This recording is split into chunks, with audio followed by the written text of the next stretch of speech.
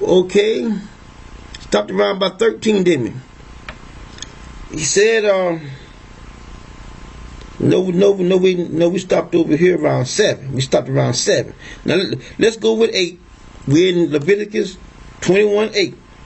It says, thou shalt sanctify him therefore, for he offers the bread of thy God.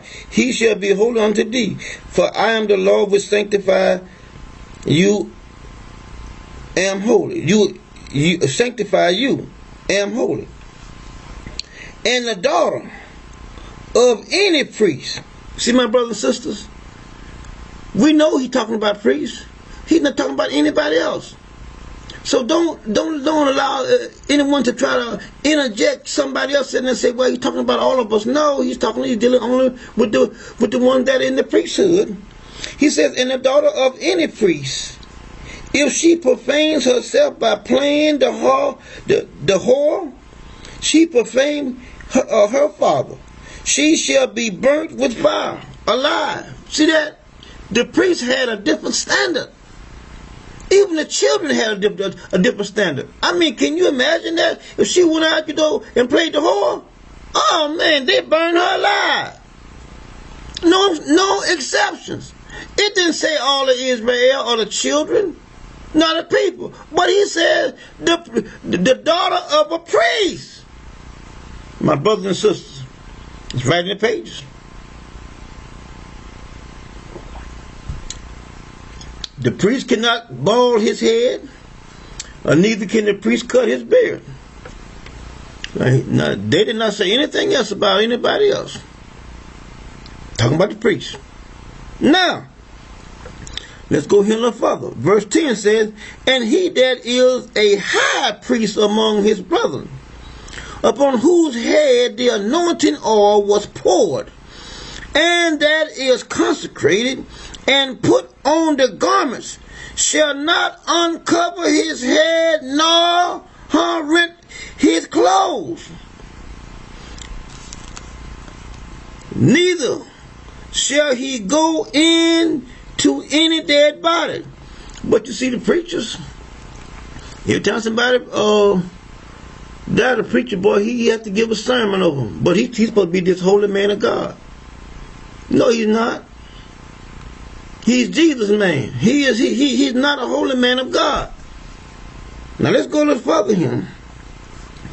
He says here, nor defile himself for his father or for his mother. No exceptions.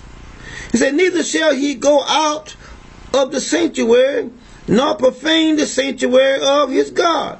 For the crown of the anointing oil of his God is upon him. I am the Lord. And he shall take a wife in her virginity. See that? That's different. That's different. One has to think just a little bit and use your imagination.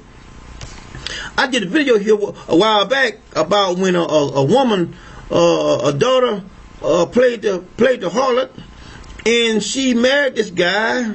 This is in this book here of Leviticus 2. She marries the guy, and the guy, they have sex, and he found out, hey, you ain't no virgin. He can dismiss her and say, give her a bill of divorce. Why? Because she's not a virgin.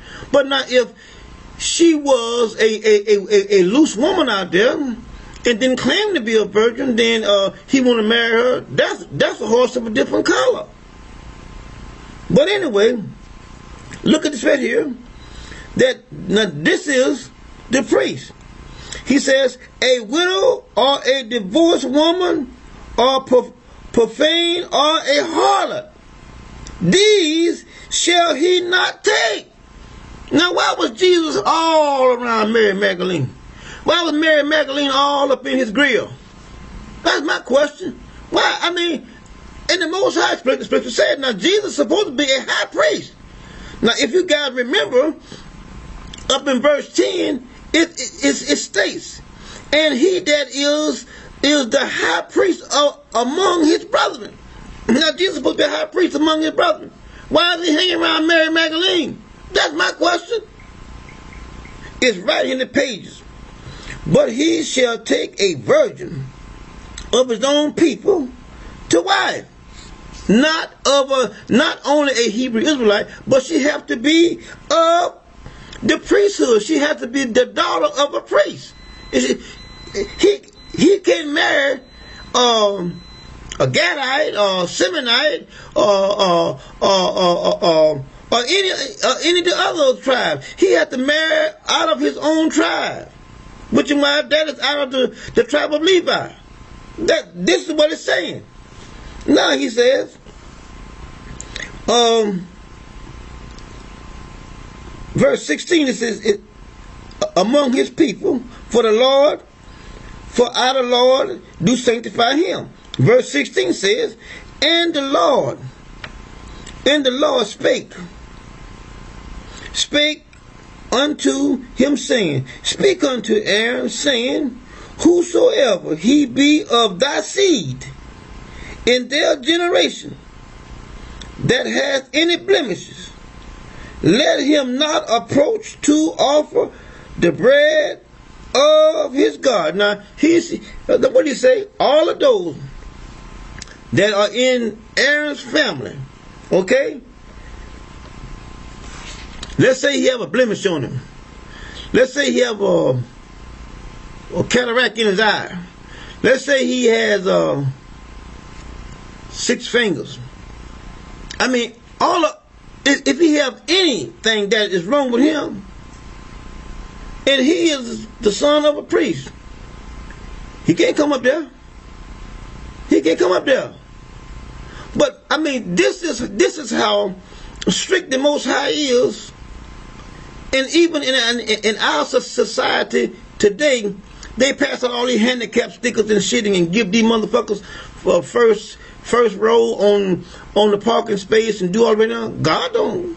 The Most High don't roll like that. He does not. Did he give Moses a pass because Moses stuttered like I stutter?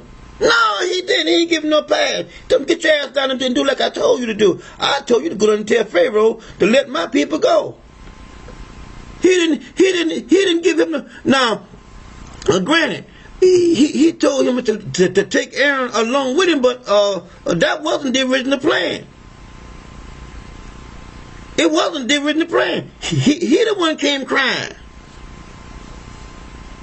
But here in America, we make special provision for this one and special provision for that one. Not the Most High. That ain't how he rolls. Because he says, if that's the way a person came, not if, but that's the way a person came, that's the way I made him. I know that may be hard for somebody to understand. But if you read his word and say, and read the words and understand what he said, I do all these things. And he told Moses, who maketh man dumb? First of all, no, who maketh man's mouth? Or who maketh man dumb? Or who maketh the blind? Or who maketh him see? Huh? Isn't I the Lord? I do these things. See, so one has to understand the Most High has all these things in this going on in our environment. He made these things that way. That's the way he wanted it to be. But see, but no, Lucifer, aka Jesus, says, well, if God made one crippled, then I'm going to heal him. If God made one blind, I'm going to make him see. God made one deaf, I'm going to make him hear. But if in you guys just think about Jesus' means of operation, the way he does things, everything he does comes against the Most High, and you can see through the writing of the New Testament that this wicked one that he's talking about, this evil one that he's talking about the Most High all day long. It's right in the pages. The Most High says, I created evil, I create darkness. He said, I do all these things. I take one down to the grave, I bring one up. I make it the man poor, I make it one rich. I set a man up on the throne, and I bring a man off the throne. I, the Lord, do all these things. Ain't no room left for nobody else. Huh? It's right in the pages. But see, but when you have been brought up in a society, and that was programmed by Lucifer, aka Jesus, and then you've been brought up, and your parents have been brought up, and their parents have been brought up into this Jesus system, and then you got to go to Sunday school, and you got to go this, and you got to learn about Jesus, and you got to learn about his death, burial, and talking about the 3 wise men bought the Frankenstein, all that old bullshit, especially Christmas time. I mean, that shit makes me so mad now. I tell you, I think about that bullshit. And listen, my brothers and sisters, if you listen to all these commercials on television, they tell you what to do in their society. If you don't listen to them, they'll tell you how much meat that you should buy for the 4th of July. They tell you what kind of pop to drink, or tell you what kind of meat to cook, or I mean all these things. They tell you what the fall fashions is going to be. They tell you what the summer fashion. I mean, they tell you every damn thing. And if you're not listening, you fall for that bullshit. They program you, they tell you everything to do. They tell you what to eat. They tell you what time to go to bed. They tell you what time to get up. This is nothing more than a damn prison. And you don't even know it. You're thinking that you're free, but you're in a prison because they're instructing you every day of your life what you should do and what you should not do. Right before you. Every day. Now, if any of you think I'm lying, just sit back and watch your television this afternoon and then watch what they tell you to do. That's all you got to do. Just take a test.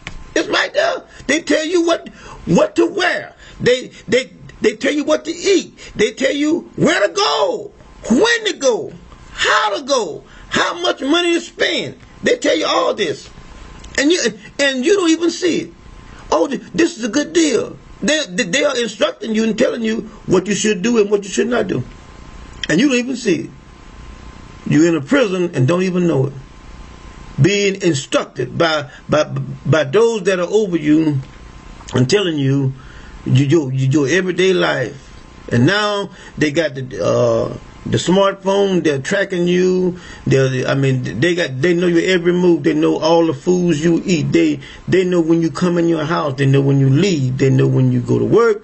They know when you go to the bathroom. They know all the things about you, everything. And you living in this world and don't even have a clue about. They know everything about you. Now let's go here a little further here. We're in Leviticus 21:18. It says, "For whatsoever man be that hath a blemish, he shall not approach a blind man, or a lame man, or he that hath a what? Flat nose." Now y'all know what. Let's go here. Let's stop there for a minute and let's go to Matthew the 11th chapter. Now watch this right here. I'm gonna show you the difference. Matthew the 11th chapter. I'm going to show you the difference between the Most High. Because now remember now, Jesus said that you guys are of a royal priesthood. That's what he said. All the Christians, they talk that bullshit. Well, we have a royal priesthood. You're a damn lie. You are not of a royal priesthood, not according to the Most High. You ain't shit. Now, unless you are of the tribe of Levi, you are not of a royal priesthood. Matthew the 11th chapter. Now what's it in, my brothers and sisters? Let's look at verse 28 and 29. Look what it says. Jesus says, "Come unto me, all ye that are labor and of a heavy laden, and I will give you rest. Take upon my yoke, and learn of me, for I am meek and lowly in heart, and ye shall find rest unto your soul. For my yoke is easy, and my burdens are light." Now my question is right here. If I'm coming unto you to get rest, why do you have to put a fucking burden on me? Why do you have to put another? I'm coming to you to get a yoke off of me, but you gonna put another yoke on me that's not as heavy as the yoke that you supposedly took off me. Now does that make any sense at all? But my brothers and sisters, when you're in Christianity, you can't see it. But once you come out of that bullshit, it's crystal. Why would you go to anybody